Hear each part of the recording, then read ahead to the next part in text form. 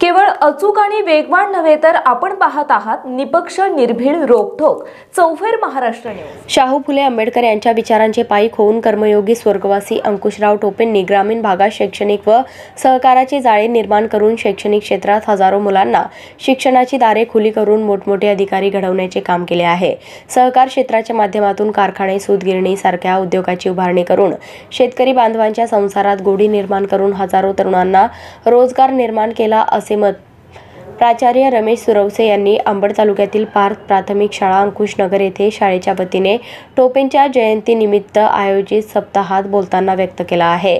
यावेळी शाळेचे मुख्याध्यापक पंढरीनाथ चव्हाण, अच्युत कोकणे, श्रीराम तळणकर, कृष्णा वावरे आदी उपस्थित होते। पुढे बोलताना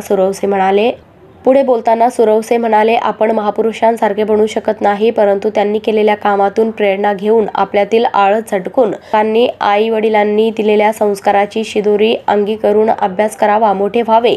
बालवयात मोबाईल पासून दूर राहून मैदानी खेळ खेळल्याने तंदुरुस्त राहण्यास मदत होईल। यावेळी 1ली ते 4थीच्या मुलांनी देखील मोठ्या धाडसाने भाषणे केली। या कार्यक्रमाचे सूत्रसंचालन कृष्ण वावरे तर आभार अच्युत कोकणे यांनी मानले। यावेळी दत्तात्रय उगले, विकास चव्हाण, विवेक पाटील, प्रकाश आघुडे, सत्यकुमार डावरकर, भगवान कुटे, सतीश परदेशी, राहुल माळोदे, डब्ल्यू देशमुख, प्रकाश खरात, आशिष गोपणकर, लखनसिंग चव्हाण, ज्ञानेश्वर तौर आदी उपस्थित होते।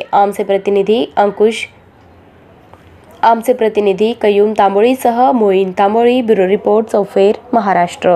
ग्रामीण भागातील ग्राउंड रिपोर्ट महाराष्ट्रातील चालू घडामोडींची अचूक माहितीसाठी चौफेर महाराष्ट्र न्यूज चॅनलला सबस्क्राइब करा आणि शेअर करा।